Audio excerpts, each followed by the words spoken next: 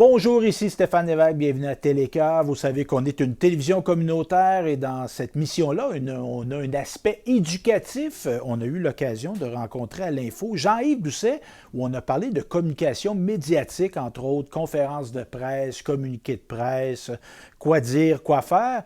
Et dans cette continuité-là, j'ai décidé de vous présenter des tutoriels qu'on avait fait dans le cadre d'un projet qui s'appelle Inspire par tes loisirs. Évidemment, vous allez les regarder, ne pas référer à ce projet-là, mais il demeure que dans la communication que vous pouvez faire, soit sur vos médias sociaux, soit sur vos sites web, quand vous avez des informations à diffuser, évidemment, on peut faire de l'écrit, mais on peut faire aussi de l'image, tant en photo qu'en vidéo.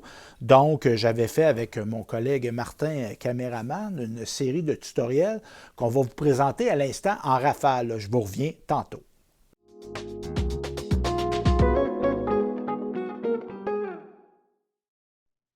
Bonjour, ici Stéphane Lévesque. Je suis avec l'équipe de Télécœur et on vous a préparé des tutoriels sur la façon de faire une vidéo.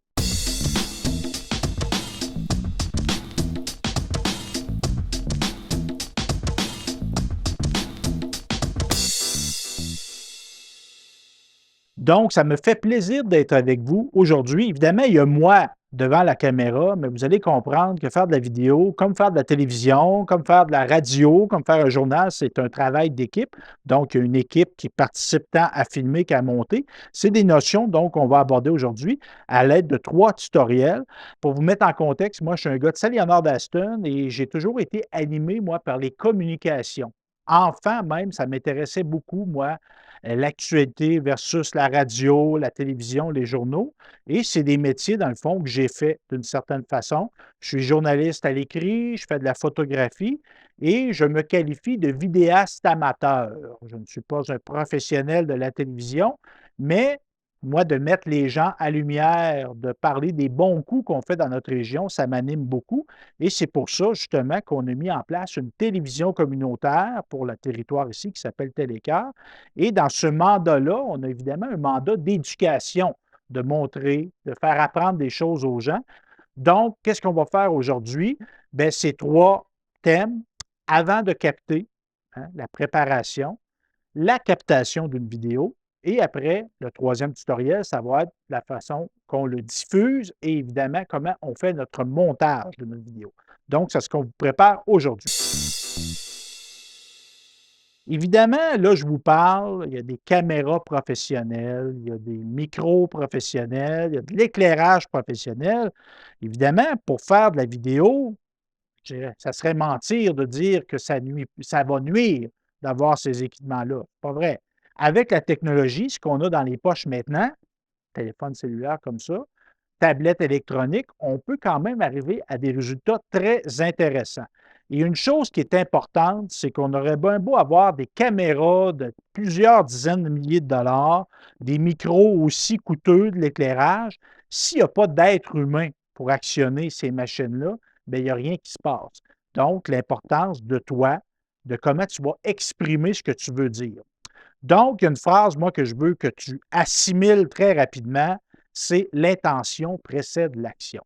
Qu'est-ce que ça veut dire, ça? Dans ta préparation, oui, je pourrais filmer pour filmer. Je me promène avec mon cellulaire, puis je filme, puis je filme. Bien, ça va donner, je filme, puis je filme. Ça ne donnera peut-être pas quelque chose de très intéressant au bout du compte.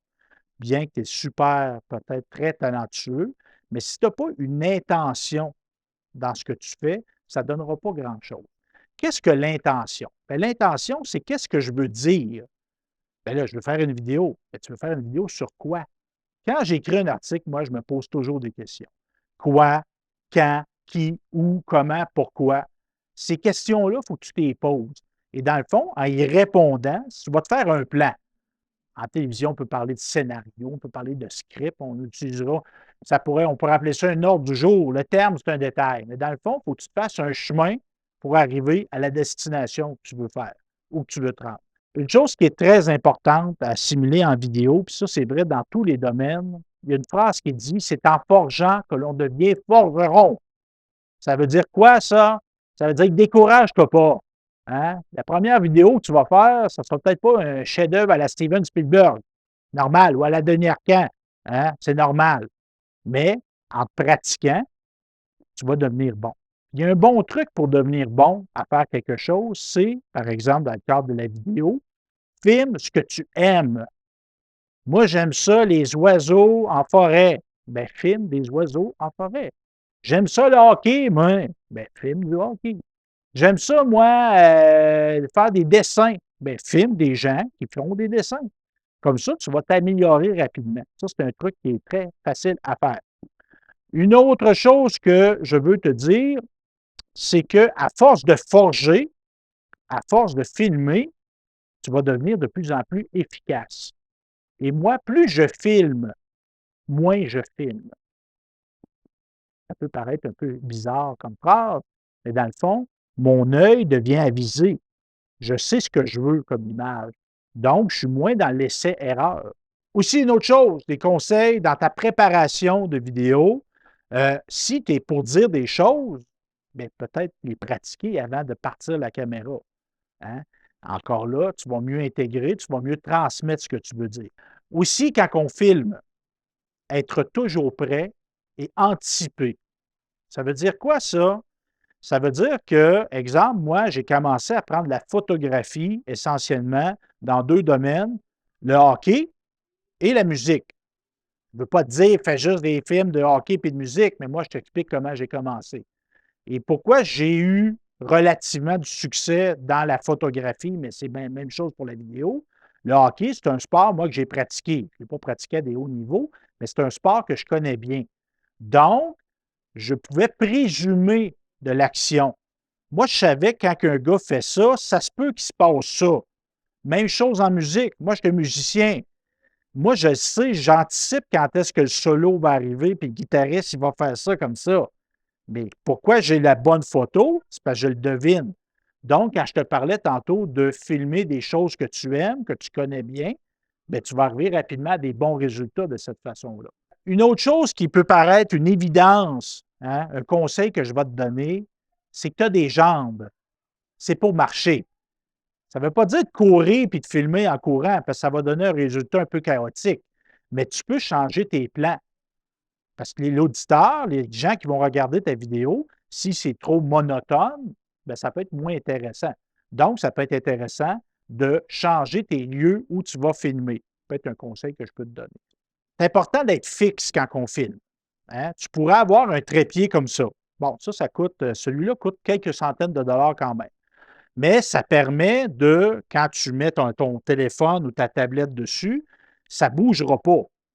Parce que c'est un peu tannant. En tout cas, moi, ça me donne un petit peu mal au cœur quand je vois quelqu'un qui est filmé comme ça, puis là, c'est un peu chambranlant. Des fois, il y a des contextes. Tu sais, il y a une urgence, il y a un accident, ça se peut que tu trembles, on comprend ça. Mais dans un contexte que tu as le temps de te préparer, d'être fixe. Et si tu n'as pas de trépied comme ça et c'est toi-même qui tiens le téléphone ou la tablette, bien, c'est important d'être ancré au sol. Quand on filme, là, c'est pas le temps d'être sur une patte, là. C'est le temps d'avoir les deux pieds à plat au sol. Donc, ça va améliorer beaucoup la qualité de ce que tu fais. Un conseil que je te donne, d'éviter d'utiliser le zoom. Tu as sur ton cellulaire un zoom quand tu filmes. Donc, tu peux te rapprocher, filmer un objet ou une personne, ton sujet que tu veux filmer, tu peux te rapprocher sans avoir à te déplacer. Bon, c'est le fun qu'il y ait ça. Ça fait en sorte que tu perds de la qualité quand tu filmes. Donc, dans un contexte où tu peux être près de ton sujet, mais moi, je vais toujours privilégier de m'approcher de mon sujet. Évidemment, il ne faut pas rentrer dans la bulle. Exemple, si c'est une personne, de rentrer dans la bulle de la personne, c'est peut-être une bonne idée. Exemple, si tu aimes les animaux en forêt, tu dis, hey, moi, je veux me rapprocher à 2 mètres d'un orignal, ça se pourrait qu'il se sauve avant que tu te sois approché à 2 mètres. Donc, ça peut être intéressant d'utiliser le zoom dans ce temps-là. Mais quand tu peux te rapprocher de ton sujet ou tu filmes un objet inanimé, tu sais, tu filmes une plante, si tu es proche d'elle, elle ne sauvera pas, là. Donc, approche-toi au maximum que tu peux le faire. Toujours dans la préparation à faire une vidéo, je voudrais te parler d'équipement. Bon, on a parlé de téléphone cellulaire, d'appareils intelligents, de tablettes. Il y a même souvent sur les ordinateurs maintenant des caméras d'intégrer. C'est bien et ça réussit quand même à faire de très bons résultats. Mais il y a une chose qu'il faut toujours prendre en considération, c'est que le meilleur équipement du monde, si tu ne t'en sers pas, il ne se passera rien. Donc, encore là, je radote, là, mais l'intention précède l'action. Si tu as une bonne intention, puis l'image n'est peut-être pas super qualité professionnelle, c'est pas grave. Tu vas t'en sauver pareil si tu as une bonne idée. Donc, l'équipement de base, ben, c'est d'avoir évidemment un ordinateur, une tablette ou un téléphone cellulaire qui va te permettre de filmer. Il y a des équipements à partir de ton téléphone qui pourraient permettre d'améliorer à relativement faible coût. Un de ces équipements-là, ben, c'est justement d'avoir un trépied où tu vas pouvoir fixer ton téléphone. J'ai justement un exemple de trépied. Ça, c'en est un. Pas très cher, quelques dizaines de dollars, qui va permettre de fixer soit ta tablette ou ton téléphone cellulaire. Qu'est-ce que ça fait en sorte? Bien, tu déposes le trépied devant toi et tu as juste à peser, à enregistrer et ça va se passer. Donc, ça, c'est un outil qui peut être intéressant. Ça permet d'être fixe. Et tu pourrais dire, ben là, moi, je fais ça avec mon frère, je fais ça avec ma soeur, je fais ça avec mon ami, il va tenir le cellulaire, lui. Oui, il va le tenir, le cellulaire, mais ça va être normal à un moment donné qu'il n'y ait peut-être pas la stabilité d'un objet fixe. Donc, ça peut être intéressant de se procurer ça. Aussi, on peut avoir, puis ça, on va en parler beaucoup en détail tantôt, on peut avoir des éclairages. Ça, ce n'est un exemple d'éclairage. C'est une lumière qu'on peut acheter qui, encore là, ça, c'est pas quelques dizaines de dollars, là, je pense que c'est presque 200 dollars. Ça peut valoir un cadeau de Noël puis un cadeau de fête, disons. Donc, ça, on va fixer ça au-dessus de notre appareil. Ça va permettre d'éclairer notre sujet. Donc, ça pourrait améliorer. Il y a aussi une affaire qui pourrait améliorer. Là, on a parlé de lumière, mais on peut parler aussi de son. C'est important. Parce que oui, si j'ai des belles images, mais la personne, je n'entends pas ce qu'elle dit, c'est pas fameux. Donc, encore là, il existe des équipements qui peuvent permettre de pimper ton cellulaire. Il peut y avoir, exemple, des micro-cravates. Moi, j'en ai un en ce moment. Hein. Il y en existe qui rentrent directement dans le téléphone. Il y a des micros aussi qui existent qui peuvent faire un bon travail. Mais il reste que pour la plupart d'entre vous, vous allez avoir qu'un téléphone cellulaire et une tablette pour filmer et c'est bien correct comme ça. Puis il y a des trucs qu'on va vous donner justement pour partir de ça. Donc, l'aspect de fixer l'appareil. Ah, j'ai pas de trépied, qu'est-ce que je vais faire? Bien, tu as peut-être sûrement des livres à la maison. Tu peux te faire un trépied avec. Tu peux appuyer ton téléphone dessus. Une fenêtre, puis ça, je vais parler de lumière tantôt, c'est primordial, mais tu pourrais, par exemple, te filmer face à une fenêtre et tu appuies ton cellulaire, ta tablette, sur la fenêtre en question. Fait que tu vas avoir une source de lumière, puis tu vas avoir un appui en même temps pour ton téléphone. Hein? C'est gagnant. En passant sur ton téléphone cellulaire, quelle caméra utiliser? Je ne sais pas si tu le sais, mais il y a deux caméras. Il y en a une quand tu regardes l'écran, puis il y en a une l'autre bord. La meilleure, là, elle est au bord. Ouais, mais là, je veux me voir ce que ça donne quand je me filme. Ah, ben là, tu ne peux pas tout avoir. Mais il y a une façon d'avoir les deux. C'est que tu vas mettre ton appareil sur le bord où que la caméra est meilleure et tu pourrais te mettre un miroir qui va refléter ce qui est à l'écran. Parce que ça se pourrait que tu fasses des vidéos et que tu sois seul. Là. Puis souvent, on fait des vidéos puis on n'a pas personne avec nous autres. Donc, là, tu aurais comme le meilleur des deux mondes. Tu aurais une source d'éclairage, tu aurais la meilleure caméra utilisée sur ton cellulaire, puis tu aurais ce qui se passe à l'écran, tu le verrais. Donc, c'est une bonne idée. Si tu filmes à la verticale, bien là, on va se retrouver avec des bandes noires de chaque bord. Les bandes noires, là, ça ne parle pas bien, bien. En tout cas, il y en a qui pourraient trouver un sens artistique à ça, mais tandis que si tu filmes à l'horizontale, tu vas profiter de l'écran où va être projeté ton film dans son maximum. Donc, tu vas avoir beaucoup plus d'impact. Tu vas voir, c'est une habitude qui est facile à prendre. Là. Tu fais juste ça comme ça, ça va super bien aller. Je te parle maintenant du son, de l'aspect de sonorisation. Tu pourrais avoir un micro, super. Tu pourrais avoir un micro-cravate comme ça, super, mais si tu n'en as pas, comment tu t'en sauves? Bien, la façon de s'en sauver puis d'avoir un relativement bon son quand tu filmes, ben, c'est de mettre la caméra, le téléphone, la tablette le plus près de toi possible ou le plus près du sujet que tu filmes. Parce que plus tu te mets loin, plus qu'il va y avoir de l'interférence. Tu filmes dehors, tu es à 2 mètres, 5 mètres de la personne, tu vas entendre le train passer, tu vas entendre l'avion passer, tu vas entendre les oiseaux. Dans le contexte que tu filmes en forêt, puis tu veux mettre l'accent sur les oiseaux, c'est intéressant qu'on entende les oiseaux. Mais si tu filmes, ton intention, c'est de filmer quelqu'un qui parle, bien, faut l'entendre. Donc, de rapprocher au maximum le téléphone de la personne, du sujet qui parle.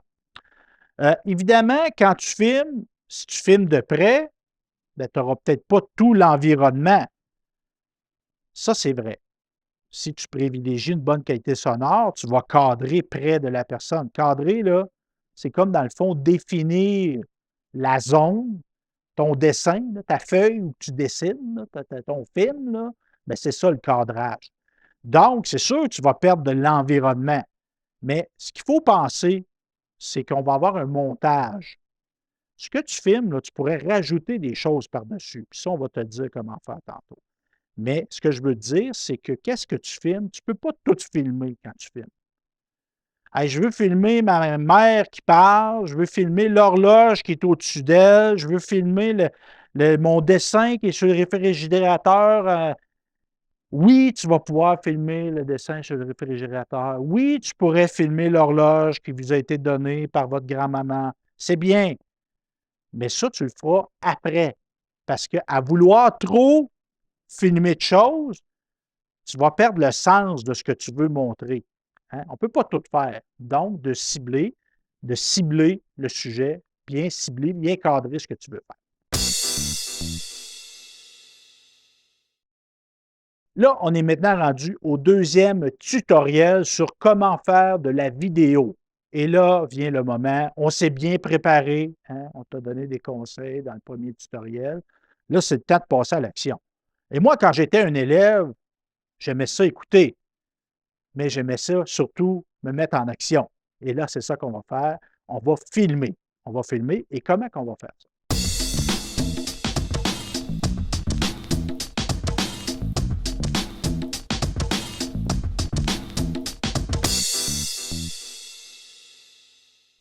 Un conseil que je peux te donner en vidéo, c'est de filmer des séquences relativement courtes. Ouais, mais moi, mon vidéo, il dure 10 minutes. Pas grave. Il dure 8 minutes. Il dure 22 minutes. Pas de problème avec ça. Mais vas-y par petite pierre, une pierre à la fois. Ça va faire en sorte qu'il va y avoir une intensité. Hein? Quand tu fais des 20, des 10, des 15 secondes, quand la personne parle, elle va avoir plus d'intensité que si elle parle pendant 10 minutes. Et ça permet de varier les plans, par exemple. Aussi, une chose que je veux te dire, au niveau de l'angle. C'est quoi l'angle? C'est où tu vas placer la caméra. On est dans une période où il y a beaucoup de gens qui se filment avec leur ordinateur. Pas mauvais. Hein? Mais on voit souvent des gens qui sont filmés comme par en dessous. Pas super. On va se le dire, c'est pas super.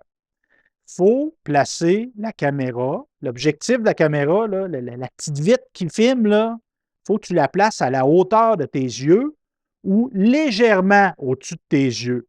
Ça va donner des meilleurs résultats. Parce que par en dessous, là, c'est jamais fameux. Là, il dit, ouais, mais là, mon ordinateur, l'écran, il est placé comme ça. Ben oui, je sais qu'il est placé comme ça, là. Mais tu pourrais peut-être le monter sur des lignes puis l'incliner un petit peu. Hein? Ça peut être une solution pour arriver au niveau des yeux. Lorsque tu parles, pense au montage. Qu'est-ce que je veux dire? C'est que finis pas trop vite de filmer. Laisse un peu de temps après que la personne a arrêté de parler. Pourquoi? Ça va être moins difficile de faire le montage à ce niveau-là. Et une chose aussi, pour les gens que tu vas filmer ou quand tu te filmes, quand tu as fini de parler, là, sauve-toi pas. Finis sur un sourire. Ça va aider au montage. Donc, important. Le type de plan à utiliser. C'est quoi ça, un plan? Hein? C'est la façon qu'on va filmer les gens. Il existe différentes sortes de plans. Moi, je ne suis pas un spécialiste de ça. Je sais, entre autres, que les plans plein pied. Plein pied, c'est qu'on va filmer la personne dans son intégralité. Pourquoi ça peut être utile de filmer quelqu'un dans son intégralité? Le sport peut être intéressant. Tu sais, quelqu'un qui court, le mouvement de ses jambes, ses bras, comment ça se passe. Esthétiquement, c'est beau voir quelqu'un courir. Ça peut être intéressant. Moi, j'ai souvent pris, par exemple, des photographies de balles de finissants. Bon, les jeunes filles arrivent avec des belles grandes robes, les messieurs sont bien habillés, ils ont des beaux souliers. Ben, à ce moment-là, c'est peut-être intéressant de faire un plan pied, de prendre la personne dans son intégralité. On peut souvent, exemple, les YouTubers, le plan classique des YouTubers, on pourrait dire, c'est plan taille. Plan taille, c'est que dans le fond, la caméra va filmer la personne jusqu'à la taille. On a d'autres types de plans aussi. Plan poitrine, ça va arrêter ici. On a des gros plans, mettre l'accent sur le visage. Et on a même des très gros plans. On va cibler les parties du visage. Évidemment, ça dépend. Vous allez développer en filmant une signature. Vous allez vous développer un style. Même à un moment donné, ils vont dire Hey, ça là, c'est du Stéphane Lévesque, ça là. Moi, en vidéo, moins, mais en photo, j'ai comme une signature. J'ai un style, moi, des plans. Moi, je fais beaucoup d'un tiers, deux tiers. Hein, je vais placer mon sujet dans un tiers de la photo, puis je vais laisser deux tiers où l'environnement où la photo est prise va plutôt parler. C'est un genre de style que j'ai, ça. Ben, il y en a plein de styles, puis c'est à toi à développer. Et tu peux varier lorsque tu fais des vidéos. Tu sais, tantôt, je te parlais de faire des 15, des 20 secondes. Bien, tu pourras avoir un plan plein pied qui est suivi d'un plan très rapproché. Tu peux varier. Puis ça, c'est intéressant parce que ça évite la monotonie. Hein? C'est intéressant, ça, de ne pas être monotone. Donc, c'est ça. Au niveau, ben, je t'ai parlé un tiers, deux tiers. Tu pourrais mettre ton sujet dans le un tiers de ton carré, de ton cadrage, ou tu pourrais le centrer. Ça peut être une idée aussi. Ce que je veux dire là-dedans, c'est comme, imagine que le cadrage, la zone de ce que tu filmes, imagine qu'elle est divisée en trois. Comme ça, puis comme ça. Essaie de mettre ton sujet, si c'est un tiers, deux tiers, mettre les yeux dans le point ici, ça on va l'illustrer à la caméra, ou de le mettre dans le milieu. Ça va faire un résultat, tu vas dire Hein, Colin, c'est donc bien bon. C'est comme de la magie. Ce n'est pas de la magie, ça s'appelle un tiers, deux tiers, ou ça s'appelle centrer ton sujet. Et ça, si tu comprends ça, tu vas faire des très bons plans. Et ça va t'éviter d'avoir du superflu, par exemple, là, ou du superflu là ou là, qui ne sert pas l'image. Hein? Et ça, ce n'est pas un hasard. Là. Les gens qui font ça, là, qui font des beaux un tiers, deux tiers, ou qui sentent bien leur sujet, comme on disait, c'est parce qu'ils ont forgé beaucoup. Hein? Ils ont travaillé beaucoup. Donc, ils développent cette habilité-là à le faire. Donc, je l'ai mentionné tantôt, mais je vais réinsister là-dessus. Dans un plan, tu ne peux pas tout faire dans un plan. Hein? Et là, moi, ce que je te propose de faire quand tu fais une vidéo, fais ta narration, fais ta personne qui parle. Hein? Cadre-le, plan poitrine, plan taille, peut-être même très gros plan, gros plan. Donc, tu as ta personne qui parle, ton appareil est proche d'elle, tu as un bon son, tu as une image et tu pourrais par la suite filmer des choses qui vont illustrer le propos que tu vas mettre par-dessus le bout où la personne parle. Par exemple, moi, je me suis découvert un intérêt pour la littérature. J'aime particulièrement les livres sur la géographie. Là, je suis en train de parler à mon caméraman, puis là, dans ma tête, je suis en train de dire, on est dans une bibliothèque en ce moment, là, tu filmeras des bouts de livres de géographie. Hein? Puis là, ça va permettre d'illustrer le propos. Hein? C'est ça. Donc, ce qu'on aurait pu faire, c'est mettre Stéphane devant des livres de géographie. On aurait eu les deux. Mais à vouloir avoir les deux, peut-être qu'on aurait perdu quelque chose. Donc, Stéphane parle et par-dessus, pendant qu'il parle, au montage, on met des livres de géographie, par exemple. On en est maintenant au troisième thème de ces tutoriels-là, qui est le montage et la diffusion.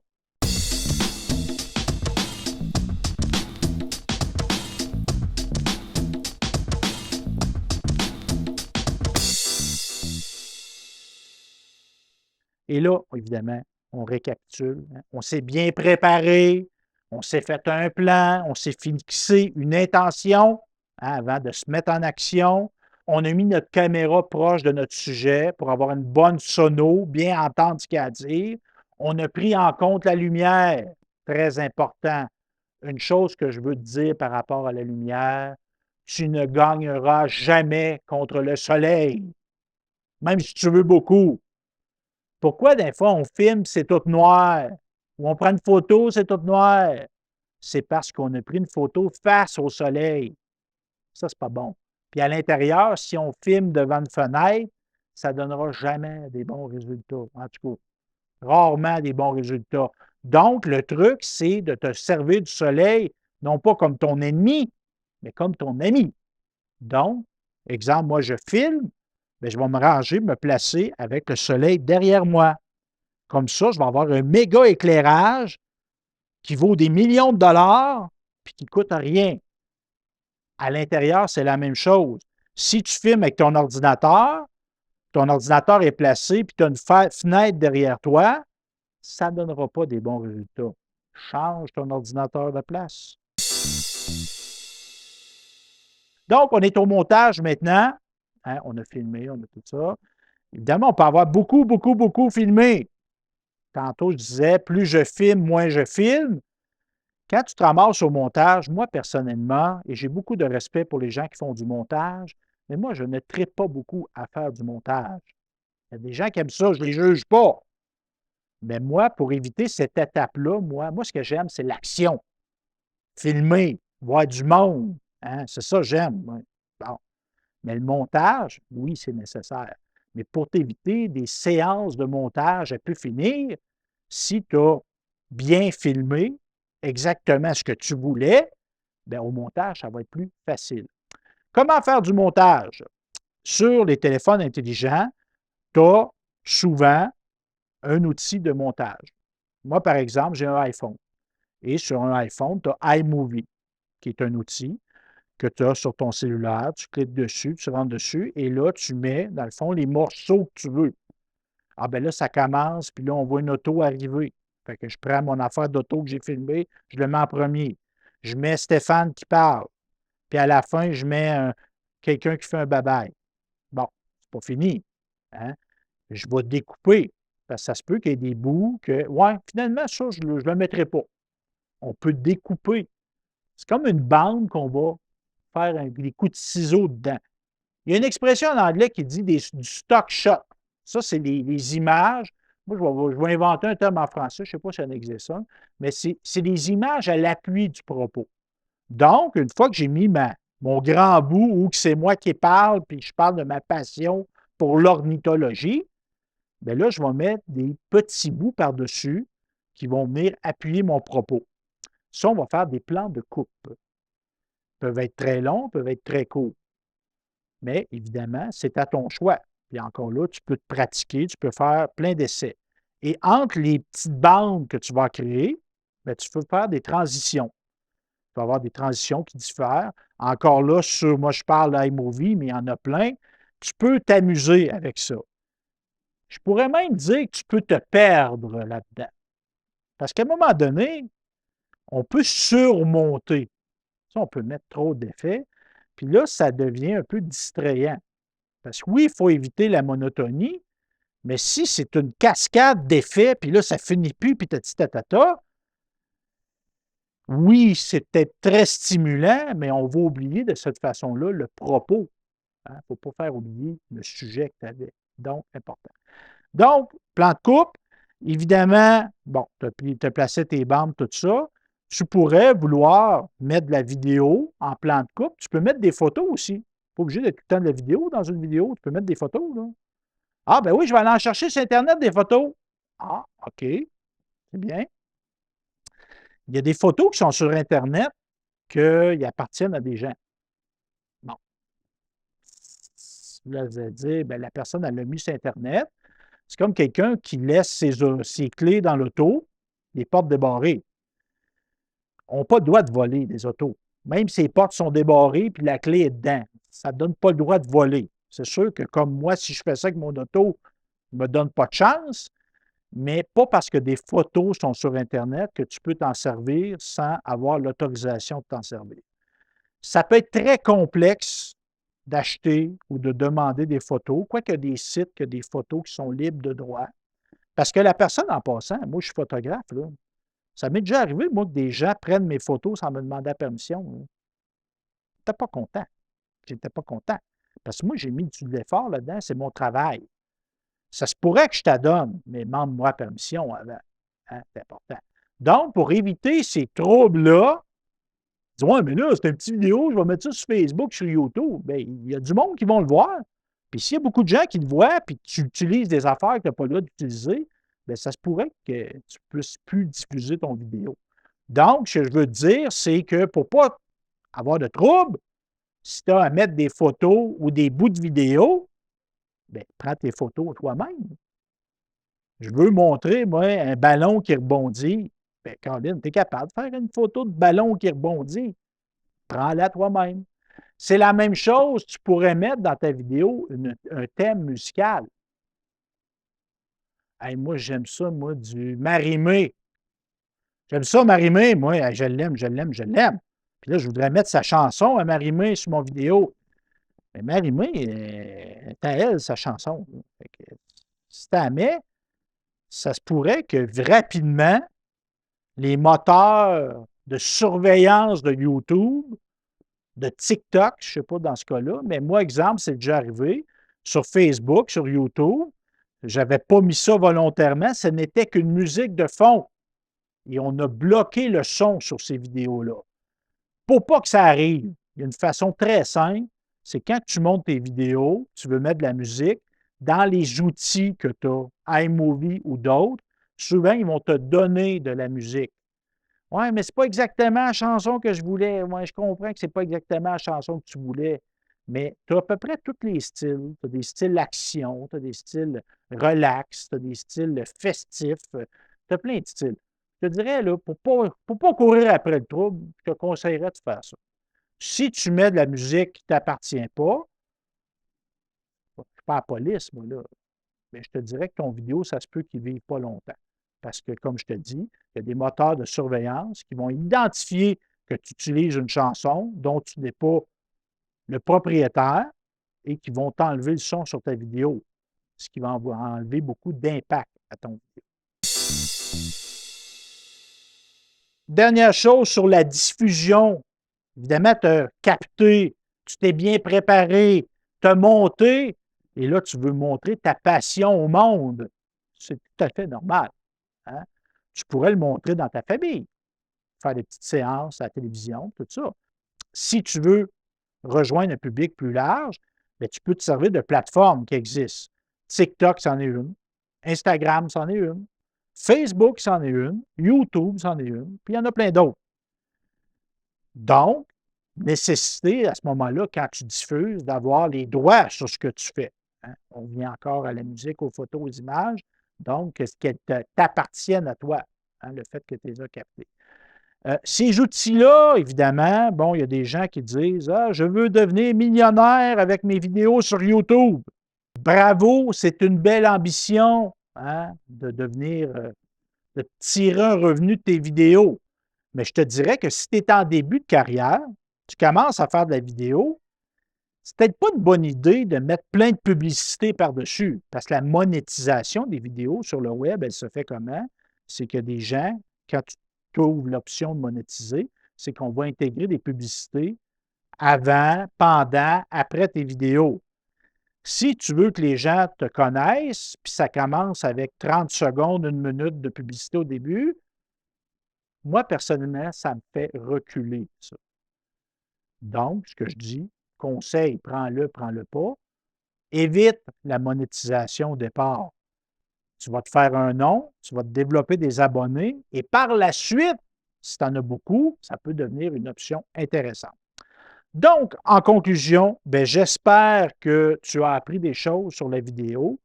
Une chose que je veux que tu retiennes, hein, la vidéo, là, ça se fait par du monde. Du monde qui ont eu fait des erreurs, qui ont fait des essais.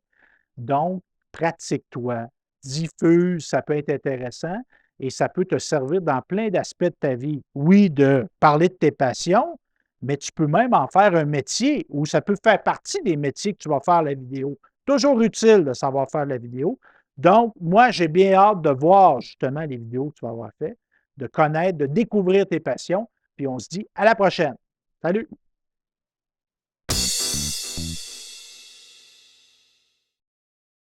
Donc, j'espère que vous avez apprécié ces tutoriels et je vous dirais généralement cette émission L'Info à saveur éducative sur la communication médiatique.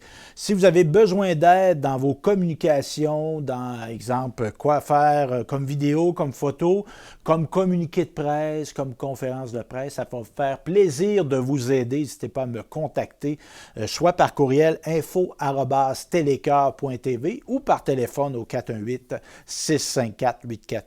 Donc, c'est dans notre mission de le faire, de vous aider à communiquer vos beaux projets, vos belles idées. Donc, n'hésitez pas à nous contacter. Et sur ce, je vous dis à la prochaine.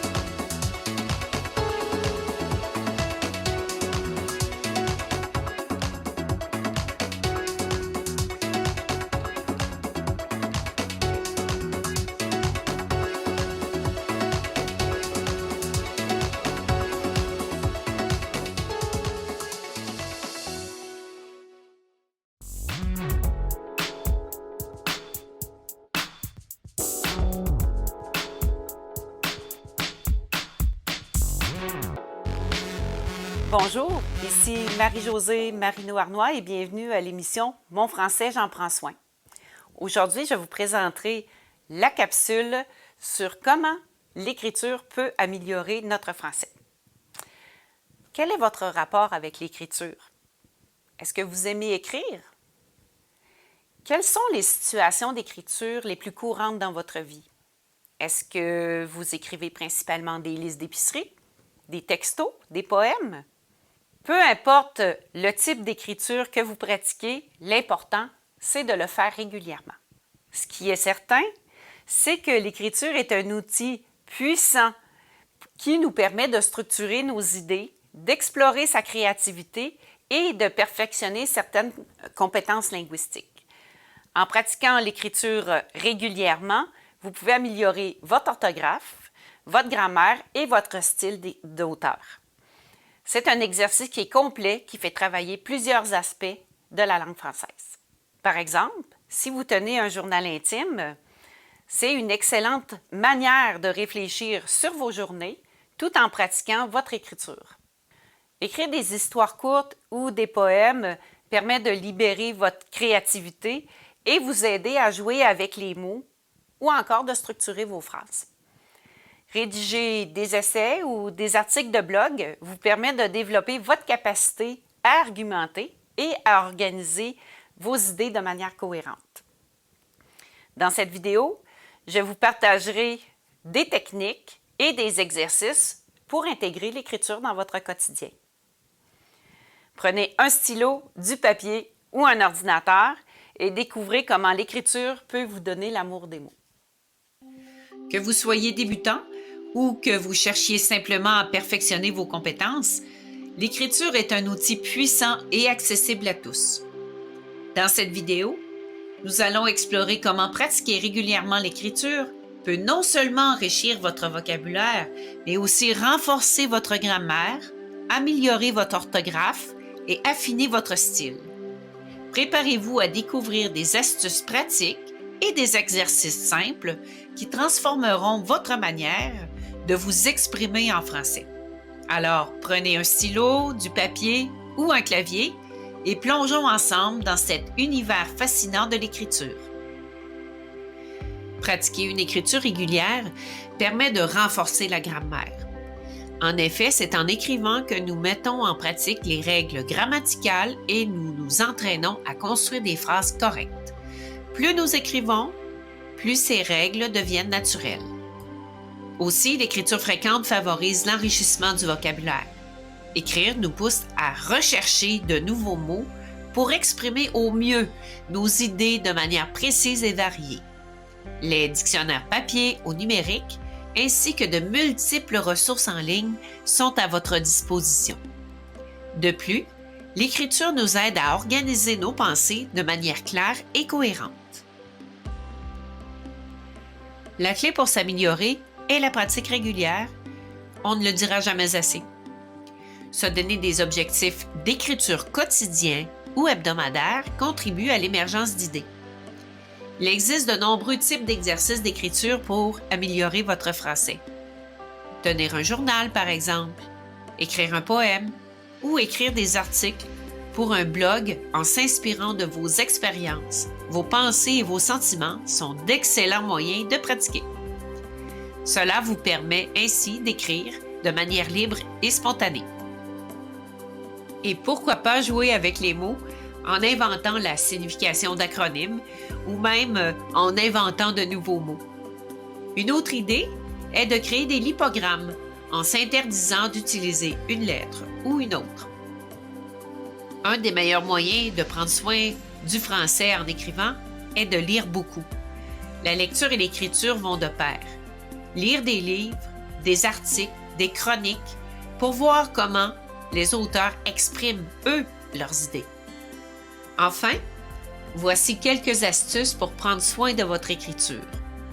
Au moment d'écrire, préférez les phrases courtes, ainsi, les accords seront moins difficiles à repérer. Profitez des outils en ligne comme les correcteurs grammaticaux et les dictionnaires numériques. Ces outils de référence, disponibles au bout d'un clic, et les personnes qui vous entourent, peuvent aider grandement à repérer les erreurs et à trouver les mots justes. Relire et corriger les textes que l'on écrit en cherchant les erreurs grammaticales, les répétitions et les incohérences sont de bons moyens d'apprendre et de s'améliorer. Comme l'expression le dit si bien, c'est en forgeant qu'on devient forgeron. Merci d'avoir écouté cette capsule sur l'écriture comme moyen pour améliorer notre français. J'espère que les techniques et les exercices qui ont été partagés vous aideront à intégrer cette activité dans votre quotidien pour améliorer votre français. Rappelez-vous que chaque mot que vous utilisez est la prochaine étape pour une meilleure maîtrise de votre langue. Que ce soit à travers les journaux, des histoires, des essais, des poèmes que vous avez écrits, l'écriture vous permet de structurer vos pensées, d'explorer votre créativité et de perfectionner vos compétences linguistiques. N'hésitez pas à expérimenter des différents styles, différents genres ou formats d'écriture pour trouver ce qui vous inspire le plus. Continuez à écrire, à exprimer vos idées par écrit. Laissez votre imagination et votre créativité guider votre plume. Et n'ayez pas peur de faire des erreurs. C'est ainsi qu'on apprend. Considérez que l'écriture est également une belle occasion d'entrer en contact avec les autres. Partagez donc vos écrits avec vos proches. À vos crayons pour vivre de nouvelles randonnées scripturales.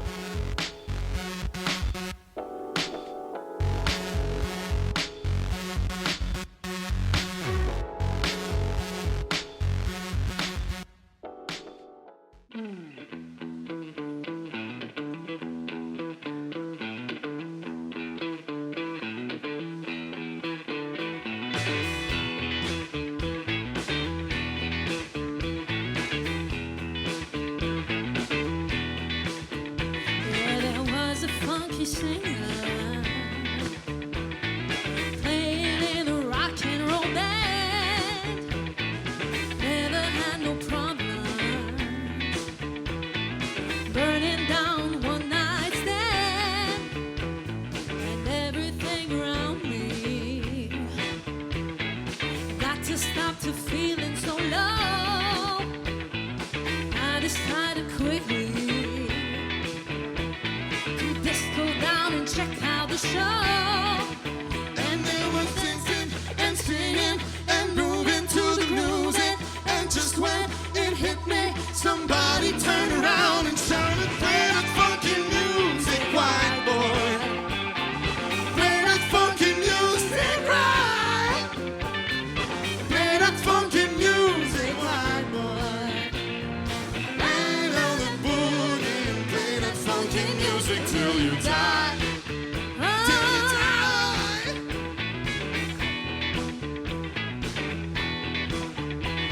I'm trying to understand this. I thought that they were out of their mind.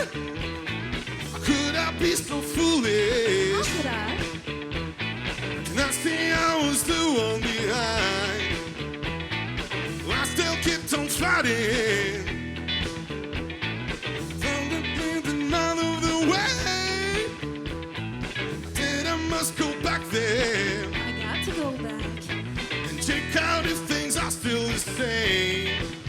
And they were dancing and singing and grooving to the music. And just when it hit me, somebody turned around and shouted, "Play that funky music, white boy. Play that funky music, right? Play that funky music, white boy. Play it on the boogie, play that funky music till you die. Oh, till you die."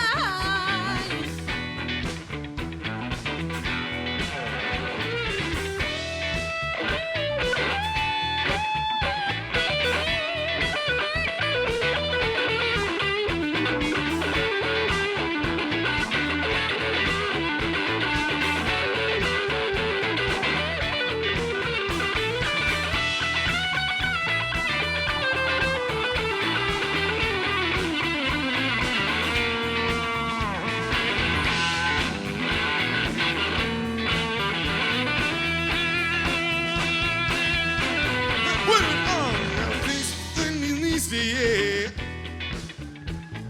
The changing rock and roll in the mind. Then they're getting shaky. Thought I'd have to leave it behind. But now it's so much better. I'm funking out in every way. But I'll never lose its feeling. Oh, I learned my lesson that day. And they were dancing and singing and grooving to the music. And just when it hit me, somebody turned around and shouted, "Play that funky music, white boy. Play that funky music, right? Play that funky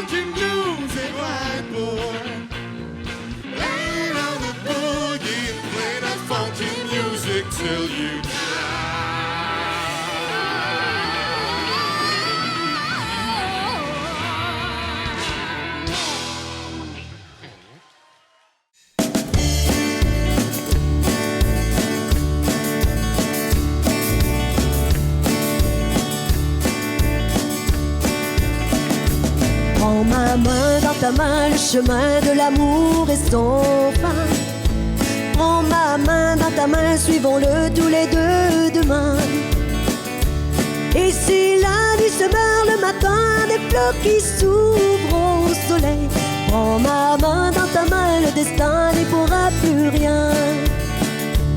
Mets ton cœur sous mon cœur, tes cheveux dans les miens qui dorment, et les yeux dans les yeux, les chagrins du passé s'endorment.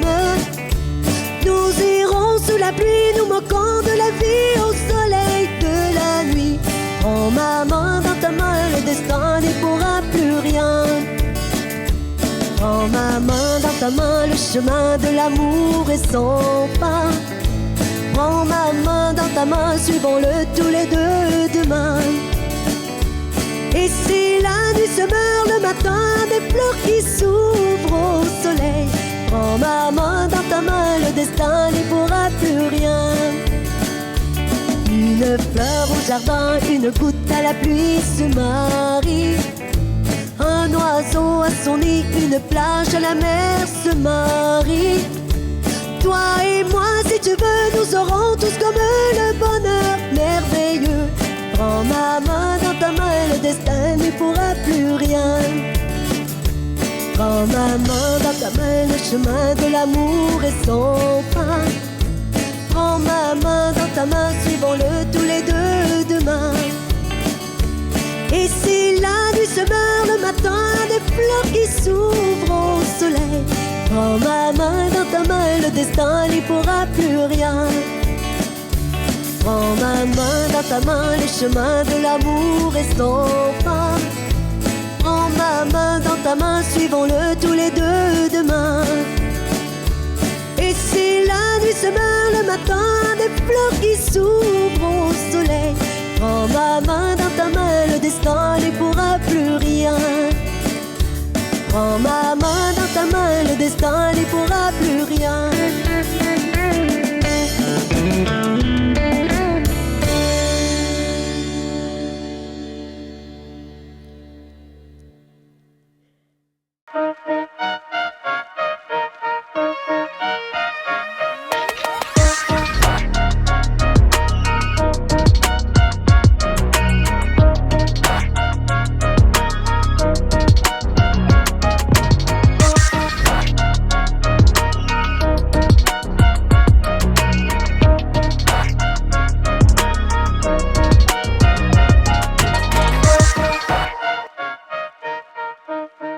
Physiquement, mentalement et socialement, la pandémie a été difficile pour tout le monde. Durant ce temps, les intervenants en maison des jeunes ont vu les jeunes se désengager au niveau des apprentissages en mode virtuel. Le décrochage scolaire, une réalité que vivaient les jeunes du Québec, n'a fait qu'exacerber cette réalité. La persévérance scolaire est devenue un sujet récurrent et préoccupant pour les intervenants en maison de jeunes. Adolescentes et adolescents en pleine phase de construction de leur identité, ayant un grand besoin d'appartenance, se sont retrouvés isolés pendant un long moment. Puis, par intermittence, les intervenants ont observé un effritement des liens significatifs avec les jeunes qu'ils accompagnent, notamment dû au fait que la pandémie force l'offre de services des organisations à inclure un volet virtuel. Isolés, les jeunes ont perdu leurs repères et leur routine. Aujourd'hui, en creux de vague, une peur sociale s'est installée pour nos jeunes. La vulnérabilité familiale s'est accentuée et l'anxiété a pris une place majeure dans la vie post-pandémie. Au-delà de la fréquentation scolaire à proprement parler, la maison de jeunes, un milieu de vie pour adolescents, sont restés présents pour les jeunes. Ouverts de plusieurs façons, s'adaptant jour après jour pour les soutenir dans leurs processus fondamentaux de socialisation et du développement de leur personnalité. D'où l'importance de la fréquenter et de continuer de la fréquenter afin d'accompagner cette belle jeunesse québécoise. De ce fait, les 3 maisons de jeunes de Bécancour sont passées à l'action afin de développer un projet sur la persévérance scolaire et la prévention du décrochage scolaire.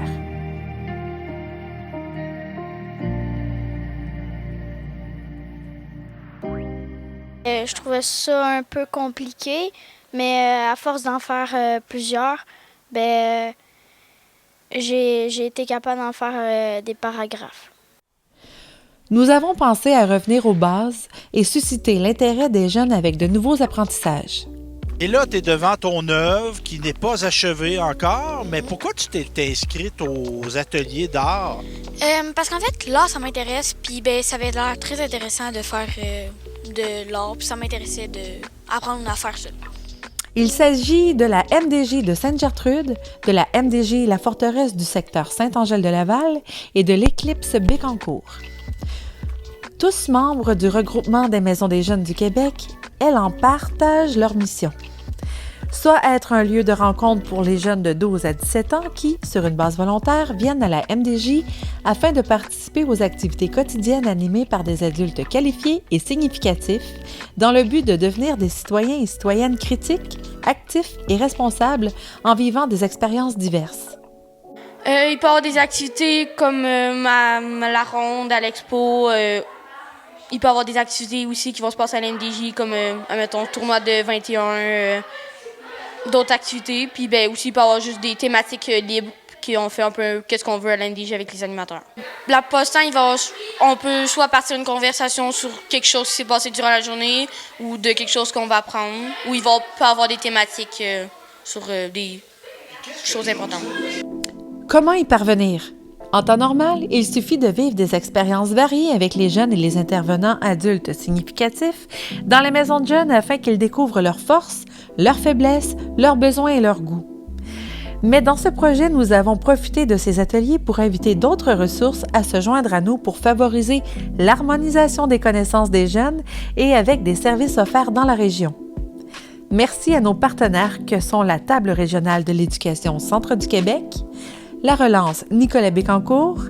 La relance s'implique dans le projet L'Art de persévérer parce que pour nous, c'est vraiment important tout ce qui est la persévérance scolaire puis de donner une motivation aux jeunes. Donc, dans nos principaux objectifs, là, quand on fait de la prévention universelle, on veut que le jeune se développe des facteurs de protection, des intérêts, des passions et qu'il parte à la découverte vraiment de sa personne, donc d'augmenter là, la connaissance de soi. Donc, la rue Bécancour aussi était partenaire du projet. Oui, on était partenaire. On n'était pas aussi engagés que les Maisons des Jeunes, bien entendu, mais on était quand même présents pour participer à ces activités-là. Alors, c'était quoi pour vous l'avantage de ce programme-là, de ce projet-là? Bien, je pense que c'est un regroupement de Maisons des Jeunes. Donc, si un regroupement de Maisons des Jeunes, il y a un regroupement de jeunes plus concentré. Donc, moi, ça me permet de voir beaucoup plus de jeunes sur place, puis ça me permet de rentrer en contact avec eux autres.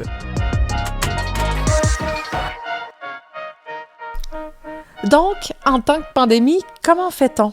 Eh bien, on fait pareil dans le respect des consignes sanitaires. Nos 3 maisons des jeunes ont donc concocté un programme varié, participatif et volontairement contagieux. C'est un environnement incroyable, magique, tellement... c'est réjouissant de travailler dans un centre où il y a des jeunes. On peut... être créatif, mettre notre énergie aussi, parce que veut pas, on a tous des énergies différentes. C'est une superbe activité, là. C'est très coloré, ça fait du bien.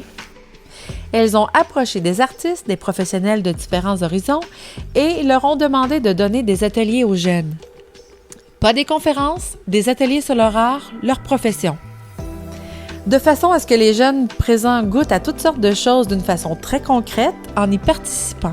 Moi, je suis beaucoup artistique, puis j'ai comme tout le kit chez moi, là. Fait que je fais mettons, de la sculpture aussi des fois, puis plein de choses comme ça, là. J'ai bien aimé dessiner, puis faire de l'aquarelle. Le poème, ça, c'était comme plus difficile, mais c'est le fun pareil. Ce qu'on cherchait ainsi à développer chez eux, c'est l'art de persévérer. C'est le nom qui a été choisi par nos jeunes pour désigner le projet. Les vecteurs choisis comprennent, outre cette vidéo diffusée sur les ondes de Télécœur, un balado disponible auprès du poste de radio via 90.5 et les réseaux sociaux, bien évidemment. Je suis partie d'une idée.